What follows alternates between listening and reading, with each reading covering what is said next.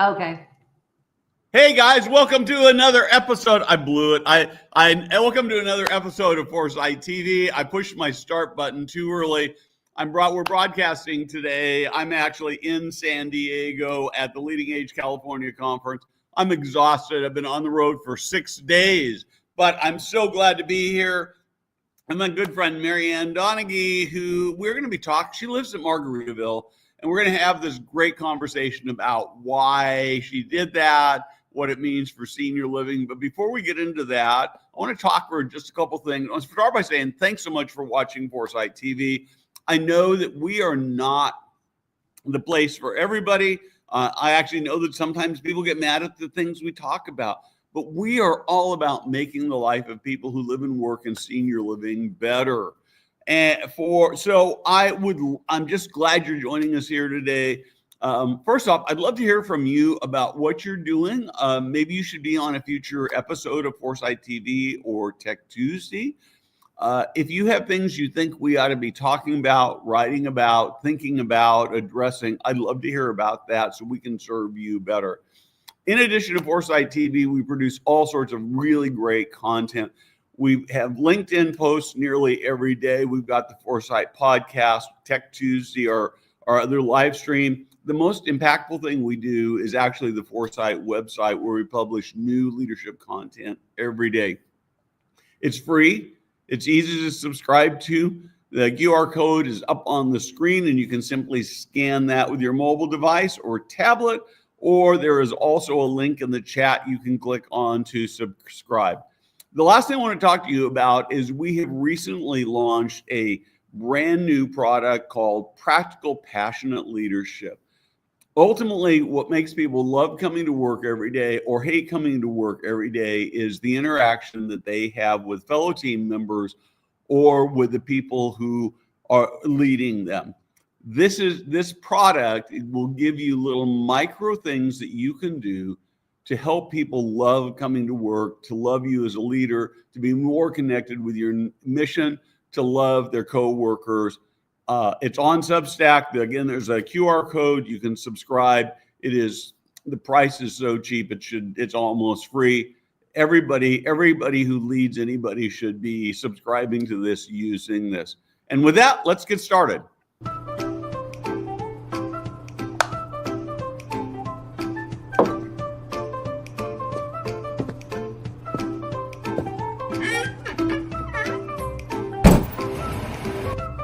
Hey guys, Steve Moran here.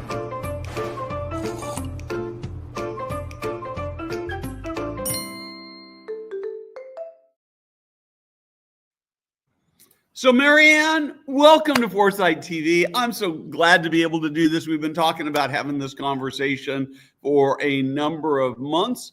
We first met when you became the CMO at National Investment Centers for Seniors Housing.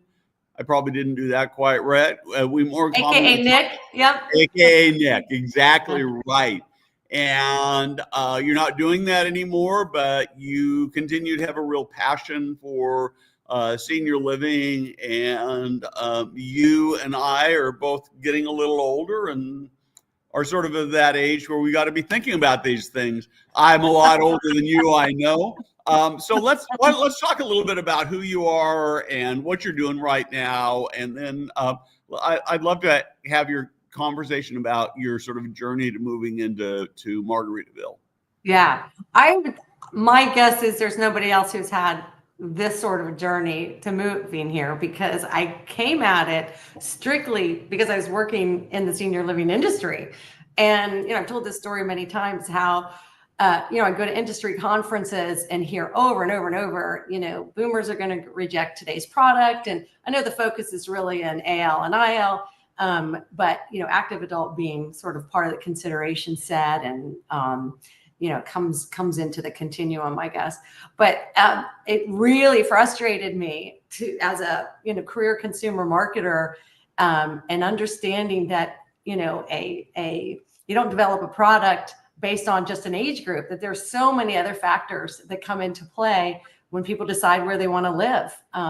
So anyway, I was very passionate about, the industry getting more data about who are these different psychographic segments, et cetera. But anyway, how I got to Margaritaville was just to research this concept, because I think I had seen an article, I believe it was in the New York Times, how there was a line out the door. People were lining up in the middle of the night to see when the models, or when the the sales center opened in Daytona.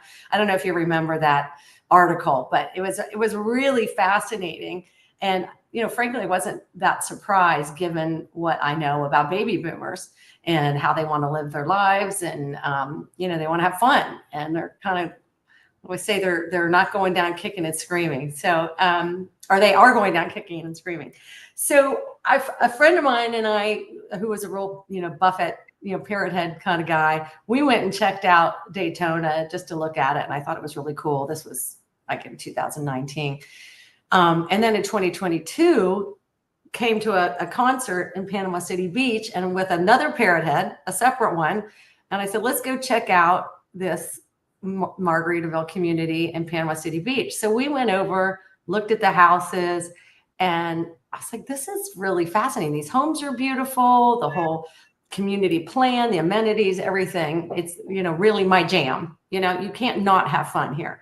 So we both got on the list, not really thinking, you don't have to pay anything to get on the list. And at the time, it was about a 15-month wait list just to get a lot. So it was about a 2.5-year cycle from the time you got on the list to when your home was finished.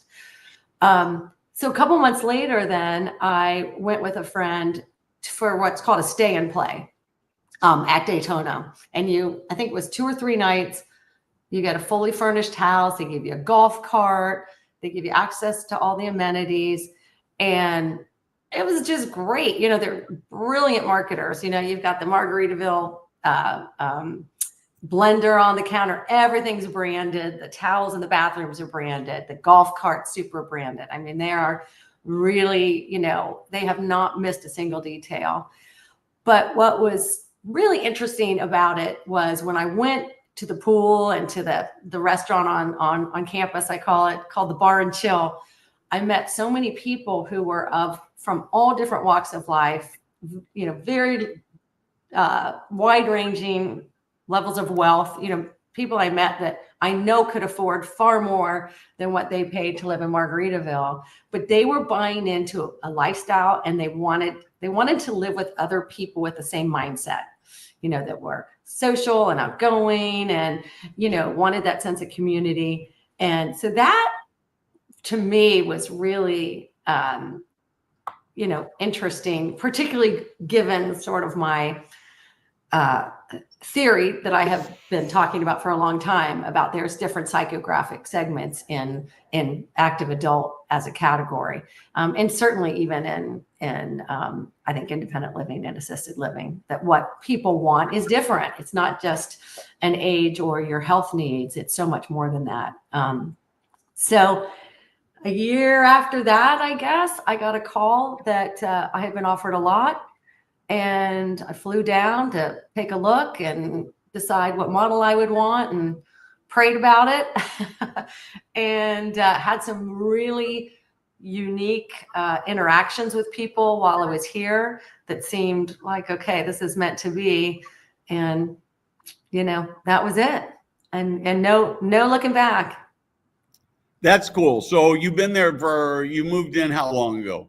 Labor Day last summer. Yeah. Okay. So I got a couple of questions. So first of all, I want to talk is I visited Daytona Beach maybe 2-3 years ago, and it was a remarkable experience. And you're right, everything is branded. I'll tell you the thing that really struck me is the stripes on the parking lots are not traditional stripes, right? They're little palm trees. And they've just really figured out how to create an experience. I mean, in some sense, not a Disneyland experience, but in the same sort of mindset of thinking about everything. Everything is done to create an experience for the residents and it makes it really special. The one challenge that for me personally, and there are lots of different kinds of people who are moving into retirement. But But one of the challenges to me is that you're going to probably hate this question, but we're going to do it anyway, is it seems like sort of a self-indulgent, purposeless life. And I look at that and I think, man, this looks like it would be really fun. But I don't know, when I get to the point where I'm done working, I still want to be out doing some change the world stuff. And it seems like my gosh. Yeah. an antithesis to that. It is nothing like that. It is, I can't tell you how many people I know who volunteer, lots of volunteering. In fact, a lot of people in the community, there's a whole group that goes to a senior living community down the road called the Blake. And they're there every week. They do holiday things. There are a lot of people doing animal rescue. People are, I mean, honestly, I would say probably half the people are still working, either, full-time or part-time. I'm working full-time. I, have my day. I start my day early and I do my full normal day. But when I check out, I'm in this really great environment where there's just no shortage of things to do. I think what's super interesting to me is the importance of a sense of community. And I know that is something the senior living category talks about a lot. We all know the health benefits, blue zones, that blue zones, part of that is having those people around that you see on a regular basis that are going to be there to help you out, in addition to, of course, activity and what you eat. But I can tell you, I have never met nicer people. Their priority is taking care of each other. And they stay busy. But when you say active, it sounds a little bit trite. It's not, we have a gym that is a Mac Daddy gym. I mean, the classes, workout classes are as hard as any gym I've ever been to. This is not a retirement. This is just, people who have a shared, I think, way that they want to live their life and shared values. This is not a indulgent lay around, just play pickleball kind of place, I guess. Awesome. I love that. So the other thing I wonder a lot about is right now you've got everybody is new and they're coming from all over the country, right? So nobody, maybe I suspect there are probably some small groups of people where maybe 2 or 3 people who already knew each other decided they were going to move there and do life together. But everybody's sort of in this same boat. And so a couple of questions I'm curious about, and this is probably more speculation because the whole Margaritaville thing is so new, is what happens, and the average age is really low, at least Daytona Beach. I think the average age was 63, 66, 68. It was young. I know it was younger than me when I think it was like 66. But what happens in 10 or 15 years? What do you think it'll be like then when all these parrot heads or wannabe parrot heads are, instead of in their 60s and 70s, or in their 80s and 90s? Yeah, well, I mean, a lot of them will move in traditional, ILAL, or, to do just like what people are doing now and staying in their home and having in-home care. I think people come in, a lot of people here have second homes. A lot of people here go up to Michigan or Minnesota or Wisconsin for the summers. They've got grandkids, they've got families. That dynamic of people kind of coming in and out is certainly always going to be there. Fortunately, the Margaritaville brand has done a lot to kind of continue that, image of sort of fun and, just, having a good time amongst younger generations. That if you go to a Jimmy well, he's passed, of course, but when you go to his concerts, there's a wide range of ages. They even have a Margaritaville University program where they're doing some things on college campuses. So hopefully the brand, I mean, as a homeowner, these are all owned homes. There's nothing for rent. There's no short-term rentals. It's all I think your minimum you can rent 30 days up to 3 times a year. Other than that, it's a minimum of 6 months. So we don't have, there's no Airbnbs, not a lot of short-term rentals. Most of the people that rent here for those long-term are waiting for their homes to be built, and they just want to get into the community and start meeting people.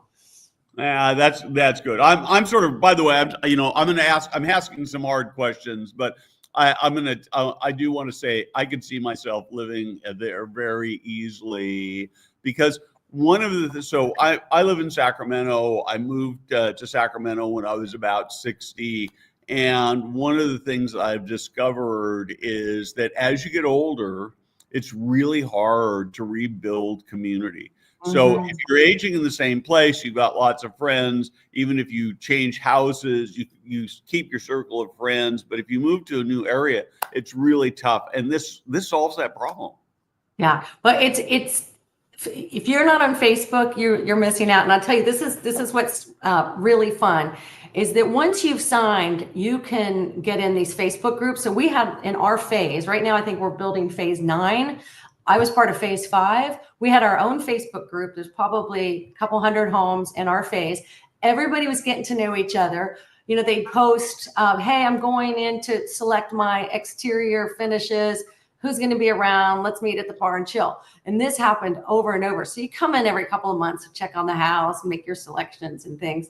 So people were getting to know each other, and they're hugging, meeting at this bar and chill, and they're hugging and they're talking. And, it's really hard to explain the energy and the vibe. But one of the things that I saw from these Facebook chats is so many people said, I lived in Sacramento or I lived in Cincinnati for 30 years, and I have more friends now after 6 months of moving here than we ever had where we lived. There's just, a level of camaraderie. And I joke that I don't even know what we talk about sometimes, because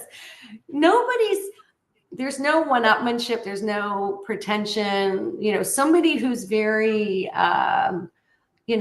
cares about having really nice things or perceptions would not want to live here. This is a very low pretension, very low status type place. No one cares about it. Nobody talks about it, which is super refreshing. No, I like that a lot. And the other thing that you said, I'm sort of back up in our conversation a little bit, that really appeals to me is this idea that everybody's taking care of each other. And to me, that suggests a very unique kind of aging in place opportunity, where certainly some portion of those people are going to need to go into more traditional AL, IL, perhaps even skilled nursing, right? But that in fact, this becomes almost competitive with the AL, IL, because there are people who are going to take care of each other. Yeah. Oh yeah, absolutely. I mean, I have a neighbor across the street who also happens to be from Cincinnati, and I was out of town. I fly up to Baltimore every other week for work. We had a lot of rain, and my pool was at the top, and he just came over and drained my pool for me. Another day I was actually flying back up to Baltimore, and I put something in my washing machine and it broke. I posted on Facebook, hey, does anybody know anything about washing machines? I need to get this drained to get my stuff out of there, because I'm leaving and I can't get a repairman here in time. Within 30 minutes, somebody was over here, and it was a retired, electrician, plumber guy. And he just came over just because he goes, I just like to fiddle with things. I just want to see if I can fix it. And so he got it drained, and then I went out of town. And when I came back, he messaged me on Facebook and said, hey, I did some research and I think I know what's wrong. Can I come over and see if I can fix it? Came over, got it completely fixed, just for fun, just to be nice. And that is a pretty common story around here. Would this guy come make a house call in Sacramento? We have a washing machine that in the last 6 months is broken like 3 times, and it repairs. I need this guy. I guess it was Sacramento's a little far away. So I want to. when you look at what Margaritaville is doing, and you look at traditional, actually, I want to touch on one other thing. And I wrote about my visit a long time ago, but I think this is really important in setting the context. So the first Margaritaville was actually a planned, and you may know this, but was actually a 55 plus, planned as a 55 plus community. And they started marketing it, and they couldn't get anybody to buy it. And that's what year was that? This was in Daytona Beach. It was actually that particular site was actually started as the first one was actually somebody else tried to develop it as a 55 plus active community, and it fell. Oh, without the Margaritaville name? Without the Margaritaville. Oh. And once they did Margaritaville, I can't remember the exact numbers. You could actually find the story on the Foresight website. They put out their first sort of promotional stuff, and they ended up with an initial interest list of like 40,000 people. I mean, it was insane. And this is you're in what, the third one, I think. Yes. Mm-hmm. So so with that sort of setting the stage that way, here's the question I'm particularly curious about is, if you were going to come and have a conversation with a bunch of senior living operators, developers, what should they be learning? Oh gosh, like quit. First of all, so I'm a little biased on this, but 30 somethings marketing something to 55 plus, I don't know if they're going to get it, right? I feel like so much of the marketing is so kind of contrived and makes assumptions. And, they've got to understand that people are choosing based on they want a certain mindset, not just a lifestyle. And that lifestyle is not just checking boxes. It's not just, we have a swimming pool, we have pickleball courts, we have exercise classes. It's so much more than that. It's a sense of community. It's, recognizing that a lot of people, again, are still working, and they just want to, I call it the third age. They want to spend their third age with like-minded people. And I think that this would not be for everybody, for sure. It's not for everybody. I think there's people who have their interests are more cerebral. They would love to go to classes all day. They're not maybe wanting to go to the swimming pool or the bar and chill or to the gym. They want to, have university level professors come in once or twice a day, and they want chess clubs and they want book clubs, and that's their jam. I think there's a whole other group of people, and their jam is, kind of more spiritual. They're into yoga and meditation and, hiking and, super healthy food. So I really think the biggest gap is that there is not a one size fits all just because somebody's in a certain age group or life stage.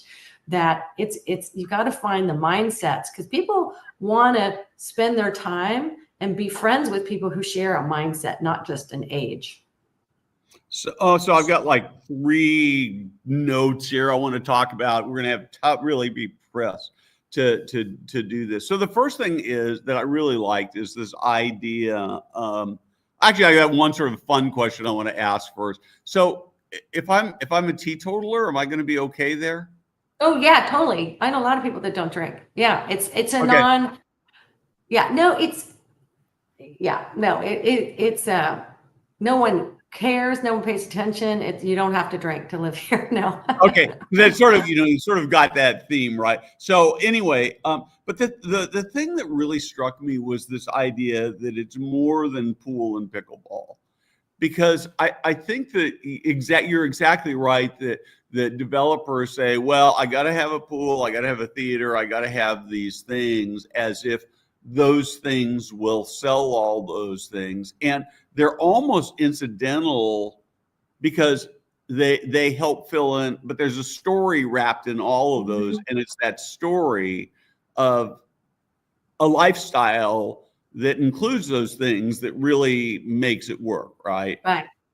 Well, okay, so I look at it as you check all those boxes and have those things, and you create a brand, right? You create a brand that kind of reflects that mindset. So you attract people with that mindset. But then after that, the people take it from there. There are so many things that aren't planned. I mean, there's a gazillion planned things, but most of the things that I do have been created by my friends. You know, but there's a lot of women who are very into working out. We have a group, a little Facebook group that was created called the Bufferitas. And we go running. I mean, I ran a 5K a couple weeks ago. I did a 20-mile bike ride along 30A a week or two ago. That's a long way, 20 miles in the heat is. They did a nighttime kayaking, paddleboarding thing. So these were, because this was appealing to people who are super active and athletic, they just took it from there. And then they created all of these other events. And that's kind of how it goes. It's almost like it creates a domino effect. People meet each other because there's a sense of community. People are talking in a way that they would never have talked to previous neighbors or friends. And then they find their like interests. There's a car club. There's like once a week, somebody gives a lecture on, various parts of history. There's, somebody started a bocce ball club. I play pickleball not that frequently again, because I work full time, but there's a woman who just started, about once a month, about 50 women get together and they do like an unofficial pickleball tournament with prizes. And, it's not really competitive. And, it's when you get like-minded people together, they will then be the drivers of the activity and the energy. And it just is a virtuous cycle from there. Well, and this is, again, sort of coming back to this idea that what you're talking about, and you said this very specifically earlier in our conversation, is that senior living operators, developers sort of treat everybody who's age 55 as pretty monolithic, right? And what you're really saying, and I think Margarita has proven, is that what Margarita has done is it said, we don't know who those people are exactly, but we're actually going to say think there's this slice of people who would love living here, and we know there's a whole bunch of more people way out there who would hate living here, and that's fine. All we're going to do is focus on this one thing. Yeah. Don't try to be everything to everybody. That's So what are so if I were going to start, you and I we're going to go out and we're going to start our brand new senior living organization where we're going to do this right. What are we going to do? Well, I'm a big research person, but I think you got to look at different geographies and you have to understand the mindsets. And I call, marketing speak, it's psychographic profiles, is what are the interests of the people in this area? And do they want to stay here? And if so, like, what are the things, what's their jam? What is it that they really like to do? And, certainly tons and tons of data out there to show that. So, you probably are Sedona is probably a better location for that spiritual, type mindset person. Florida is obviously a great location for a Margaritaville vibe, right? We've got the palm trees, we've got the beaches. So it kind of fits. But, I just think it starts with understanding the various mindsets and psychographic groups, and then building a product that will appeal to them. Know how many there are and know where they are. I mean, we have people that have come here from all over the country, and the stories of how they got here are super fascinating. I think it's its own podcast that I keep saying I'm going to start, just to hear people's stories of their lives and how they ended up getting here. But it's the one thing I hear over and over is, we just walked in and said, wow, we could live here. This feels pretty good. That it feels pretty good is going to be different for different people. And I just think that is the one thing that is missing, at least in what I've seen in senior living. Yeah. And we do know there are a few groups that are sort of at least playing with this. I don't know what the current status is, but I think there's a Disney themed community that's trying to get off the ground in the Palm Springs area. Oh, And of wow. course, there are a number of university-based communities, but again, most of those are really pretty different. Most of the university ones tend to be more CCRC model, which works for a group of people. But there's a whole nother group of people out there really who probably would never be able to afford it or would want sort of that level of control. And so I just think that the opportunities out there are just massive. And as you say, we've got to get out of it. We've got to get past this trying to create something that everybody's going to love. Exactly. I think the other thing is price.